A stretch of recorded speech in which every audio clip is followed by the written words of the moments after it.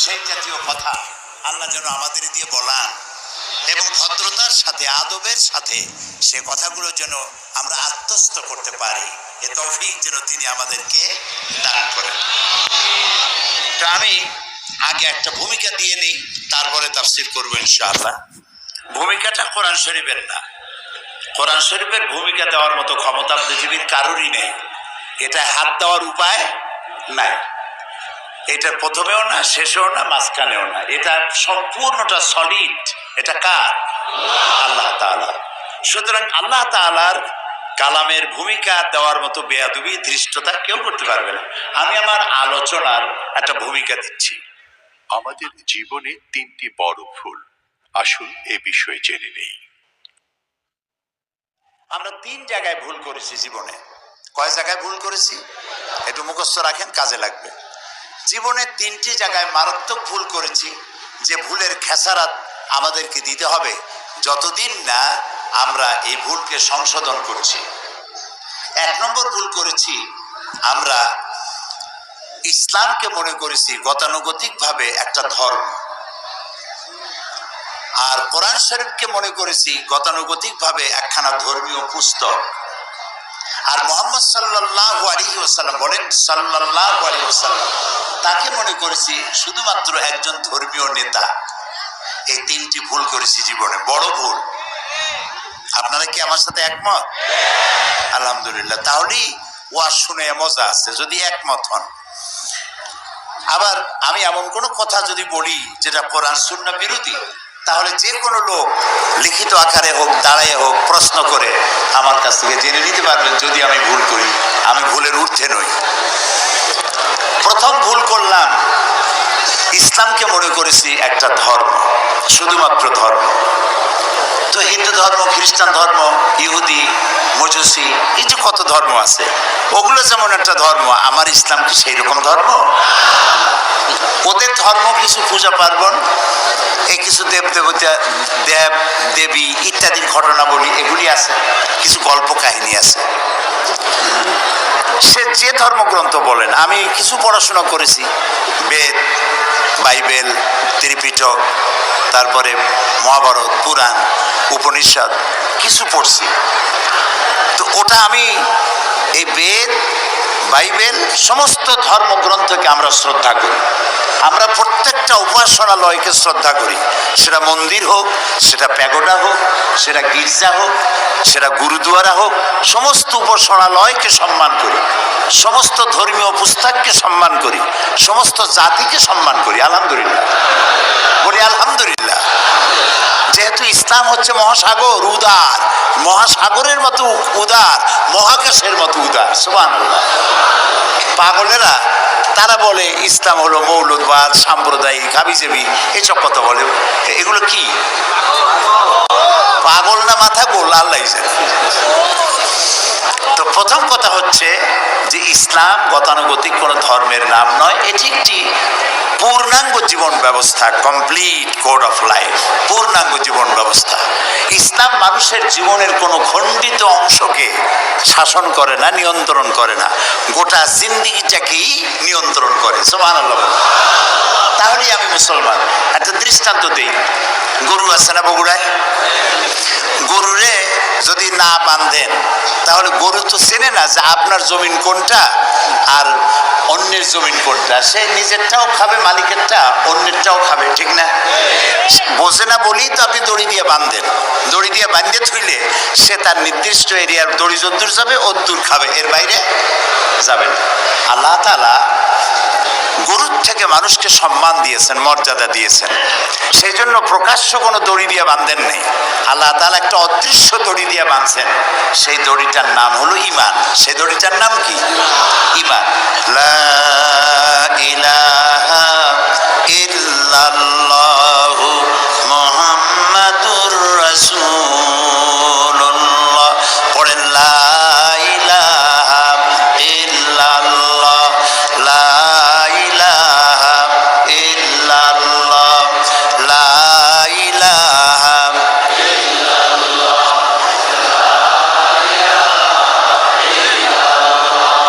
লা ইলাহা ইল্লাল্লাহ।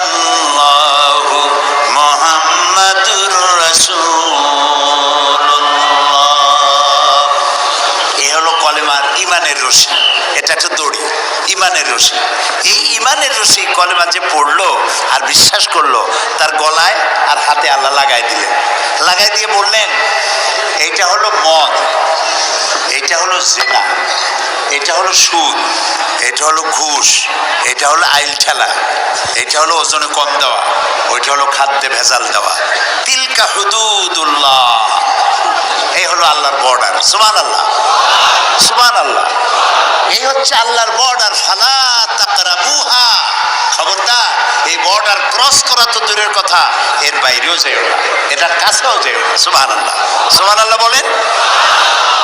ইমানের রশিদি আমাকে বাঁধা হয়েছে আর আমার জীবনটাকে নিয়ন্ত্রণ করেছে ইসলাম। আমি ইসলামের কোনো খণ্ডিত অংশকে মানতে পারি না। নামাজ, রোজা, হজ, যাকাত করব কোরআনের কথা মতো, আর বাকি জীবনের বিস্তীর্ণ অঙ্গন ছেড়ে দেব নফসের উপরে, অন্য কারো উপরে। এটা আর যাই হোক মুসলমান হইতে পারবে না। এটার নাম ইসলাম নয়। বুঝে আসছে কথা? তাহলে ইসলাম গতানুগতিকভাবে অন্যান্য ধর্মের মতো একটি ধর্ম নয়, এটি পূর্ণাঙ্গ জীবন ব্যবস্থা। গেল এক। 2 নম্বরে, এই কোরআন একে মনে করেছি ইবাদতের কিতাব। এখানে নামাজ আছে, রোজা আছে, হজ আছে, যাকাত আছে, এটা ইবাদতের কিতাব। আচ্ছা ভাই, আপনার কমন সেন্সকে জিজ্ঞেস করুন, আপনার সাধারণ জ্ঞানকে জিজ্ঞেস করুন। শুধু যদি নামাজ, রোজা, হজ, যাকাতের কথা হয়, তাহলে তো এক পারা নাজিল করলেই হইতো। বলেন আপনারা, এক পারায় হইতো না? সেই তো বেশি, টু মাচ, নামাজ, রোজা, হজ, যাকাত। কিন্তু 30 পারা নাজিল হইল কোরআন শরীফ। যেখানে এক পারা নাজিল করলে হইতো, সেখানে 30 পারা আল্লাহ নাজিল করলেন। তাহলে কোরআন শরীফটা আছে কি, সেটা তো আমাকে বুঝতে হবে। এটা বেদ না, এটা বাইবেল না, এটা ত্রিপিটক না, এটা জিন্দাবিস্তা না, এটা কোরআন।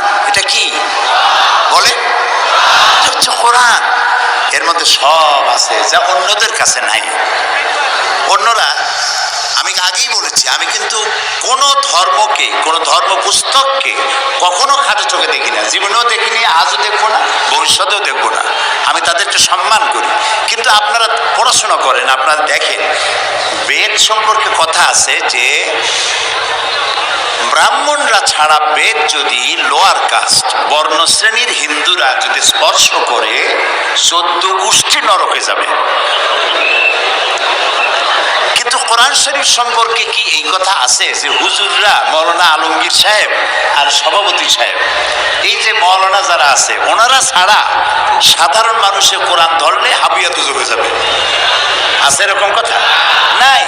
আল্লাহ তাআলা এটাকে বানাইছেন হুদাল লিন্নাস, মানব গোষ্ঠীর জন্য হেদায়েতের কিতাব। সুবহানাল্লাহ।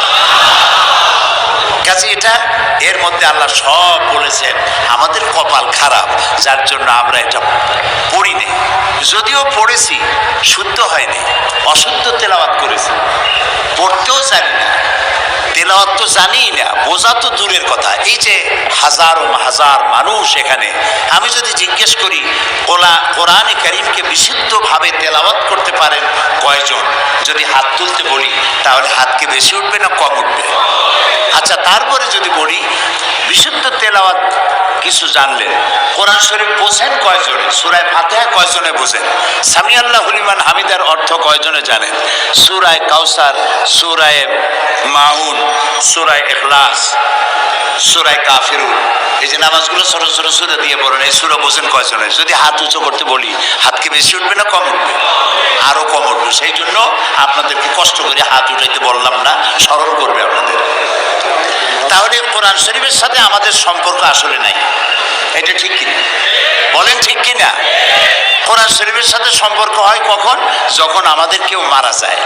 মরে গেলে একটু কান খুলে শোনেন, মরলে পরে, আমি জানি না বগুড়ার অবস্থা কি, আমার পিরোজপুর, বরিশাল, বিভিন্ন এলাকায় দেখছি মানুষ মরে গেলে তখন হেফজোখানা থেকে কিছু হাফেজ, কিছু মৌলানা মৌলভী দাওয়াত দেয়, মরা লাশ সামনে নিয়ে ওইখানে বসে তেলাওয়াত করে। বগুড়ায় কি করে? করে করে। আচ্ছা, এবার আপনি আপনার বিবেককে জিজ্ঞেস করুন, লোকটা তো মারা গেছে, লোকটা কি করছে? সে কি শুনতেছে? তো সে যখন শুনছে না, তখন তারে মরা মানুষটারে কোরআন শুনে লাভ কি? আহারে আহারে কপাল, আহারে কপাল। মরা মানুষকে কোরআন শোনায় লাভ নাই। আল্লাহর নবী বলেছেন, মুমূর্ষ মুমূর্ষু ব্যক্তির কাছে বসে কেউ যদি সূরা ইয়াসিন তেলাওয়াত করে তাহলে আল্লাহ রাব্বুল আলামিন মুমূর্ষু ব্যক্তির মৃত্যুর আযাবকে কমাইয়া দিবে। তো যখন মরতে পড়ছিল সেই সময় পড়েন নাই, ছেলেটারে কোরআন শিখান নাই, মেয়েটারে কোরআন শিখান নাই, বউতেও জানেন না, নিজেও জানেন না, মরে গেছেন। মৌলভী সাহেবদের ধারা ভাড়া, মৌলভী সাহেবদেরকে আনিয়া, ভাড়া বললাম না শব্দটা বেয়াদবি হয়ে যাবে, তাদেরকে নিয়ে আসছেন, আনার পরে ওনারা তেলাওয়াত করলেন। এখন বোঝে ওরা তো ছাত্র মানুষ, হেফজখানা থেকে 20 জন ছাত্র নিয়ে এসছে, ছাত্র ছোট মানুষ। ওরা তেলাওয়াত করতে গিয়ে যদি মনে মনে ভাবে যে যদি 1000 টাকা দেয় তাহলে ভাগু পাবো, 25 জন আসছি, 50 টাকা না 60 টাকা, ওই ভাগে কত পাবে সেই চিন্তাও করতেছে, তেলাওয়াতও করতেছে। তো সে যখন ভাগে পাবে কত এই চিন্তা করে তেলাওয়াত করতেছে, আল্লাহর কসম কোনো সওয়াব হবে না। তো কোনো সওয়াবও হইল না, মুদ্দারেও শুনল না, মেহনত বরবাদ, গুনাহ লাজিম, কোনো কাম হইল না। মরা মানুষে কোরআন শুনবার জন্য কোরআন আসে নাই, জিন্দা মানুষে কোরআন শুনবার জন্য কোরআন নাজিল হয়েছে। সুবহানাল্লাহ। তাহলে 2 নম্বরের ভুল করছি, কোরআনটা বিশুদ্ধ তেলাওয়াত করি নেই, কোরআনটা বুঝি নেই। এর ব্যাখ্যা আমি সামনে গিয়ে দেবো, আমি ভূমিকার কথা বলে শেষ করতেছি। 3 নম্বরে আর একটা ভুল করছি, মুহাম্মদ সাল্লাল্লাহু আলাইহি সাল্লামকে শুধুমাত্র একজন ধর্মীয় নেতা, অন্যান্য ধর্মের নেতা আছে যেমন আমি নাম নিলাম না কারো, ওই রকম ইসলাম ধর্মের নেতা মুহাম্মদ সাল্লাল্লাহু আলাইহি সাল্লাম। আসলে কি তাই? আল্লাহ তার নবীকে শুধু মুসলমানদের জন্য নেতা বানান নাই, রব্বুল আলামিন কোরআনে কারীমের মধ্যে বলেছেন, কুল ইয়া আইয়ুহান নাসু ইন্নী রাসূলুল্লাহি ইলাইকুম জামিআ। আল্লাহ রাব্বুল আলামিন বলেন, নবী আপনি ঘোষণা করুন আমি আল্লাহর পক্ষ থেকে তামাম পৃথিবীর সব মানুষের জন্য রাসূল হয়ে এসেছি। মুহাম্মদ সাল্লাল্লাহু আলাইহি ওয়াসাল্লাম বিশ্ব নবী, তিনি কি নবী? তিনি মানবতার নবী, মানবতার বিশ্বস্ত বন্ধু, মানবতার মহান শিক্ষক। তার মতো সম্মানী আল্লাহর পরে জমিনের উপরে আরশের নিচে আর কেউ নাই। ভালো করে কোন সুবহানাল্লাহ। এত সম্মান আল্লাহ তাকে দিয়েছেন, এরকম সম্মান পৃথিবীতে কেউ পায় নাই। বিশাল সম্মানের অধিকারী তিনি। সেই মুহাম্মদ সাল্লাল্লাহু আলাইহি সাল্লামকে আমরা বানাইলাম, তিনি একজন ধর্মীয় নেতা মাত্র। তিনি শুধু ধর্মীয় নেতা নন, পৃথিবীর সাদা এবং কালো মানুষের ব্যবধান দূর করছেন তিনি। তিনি নারীর অধিকার দিয়েছেন, শিশুর অধিকার দিয়েছেন, শ্রমের মর্যাদা দিয়েছেন।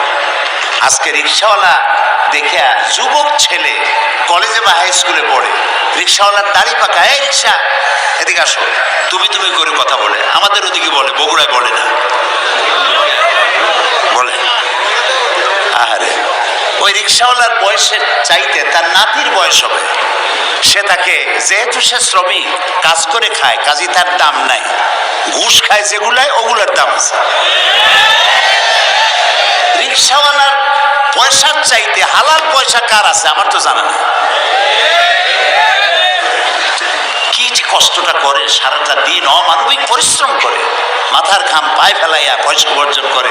আর তুমি তোমার বয়সে বড়, বাপের বয়সী, দাদার বয়সী, তুমি ছাড়া কথা বলতে পারো না, তোমার লজ্জা হওয়া উচিত। তুমি যুবক, এমএ পাস করেছো, চাকরি বাকরি নাই, বিয়ে একটা করে শ্বশুরের গাড়ি গিয়ে চড়ছো,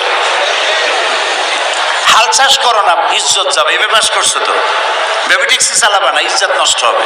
তারপরে এই বগুড়ায় বটবটি না কি আছে, চটপটি না কি বলে, বটবটি, বটবটি, নসিমন, বসিরন, কসিমন, এগুলো হাত দিলে ইজ্জত নষ্ট হবে। তুমি এমএ পাস করলেও রিক্সাওয়ালার দাম বেশি আল্লাহর কাছে, কারণ রাসূল বলেছেন, আল কাসিব হাবিবুল্লাহ, সহস্তে উপার্জনকারী ব্যক্তি আল্লাহর বন্ধু। সুবহানাল্লাহ। সুতরাং ইসলাম শ্রমের মর্যাদা দিয়েছে, শ্রমিককে উপরে উঠায় দিয়েছে, সমস্ত মানবতার অধিকার দিয়েছে, সমস্ত ধর্মের অধিকার দিয়েছে। আল্লাহ তাআলা কোরআন শরীফে বলেছেন, অন্যের দেব দেবীকে গালি দিও না, কারো দেবতা দেবীকে গালি দিবা না, আল্লাহ নিষেধ করেছেন। কারো মন্দির, কারো প্যাগোডা, কারো গির্জা ভাঙবা না, আল্লাহ নিষেধ করেছেন। সুবহানাল্লাহ বলুন। এর চাইতে মানব অধিকার কোথায় পাবেন? ইসলাম যা বলেছে, না জানার কারণেই এক শ্রেণীর লোকেরা বোমা মাইরে ইসলাম কায়েম করতে চায়। এ পাগলের চাইতেও ছাগল, এগুলো পাগলের চাইতেও ছাগল, অথম। আল্লাহ তাআলা তার রাসূলকে বলেছেন, ইন্নামা আনতা মুযাক্কির লাস্তা আলাইহিম বিমুসাইতির। হে রাসূল, আপনাকে পাঠাইছি উপদেশক করে, আপনাকে দারোগা করে পাঠাইলে লাঠি মেরে মানুষের হেদায়েত করবেন কোনো প্রয়োজন নাই। ইন্নাকা লা তাহদি মান আহবাবতা, যারই খুশি আপনি তারে হেদায়েত করতে পারবেন না, হেদায়েতের মালিক জোরে বলেন আল্লাহ, বলেন আল্লাহ, আল্লাহ, আল্লাহ, তিনি হচ্ছেন একমাত্র মালিক হেদায়েতের। তো সেই জন্যে আমার ভূমিকা শেষ। 3টা জায়গায় যে ভুল করছিলাম, এই ভুলগুলি সংশোধন করতে চাই। হাদিস না জেনে শুধু কোরআন পড়া প্রসঙ্গে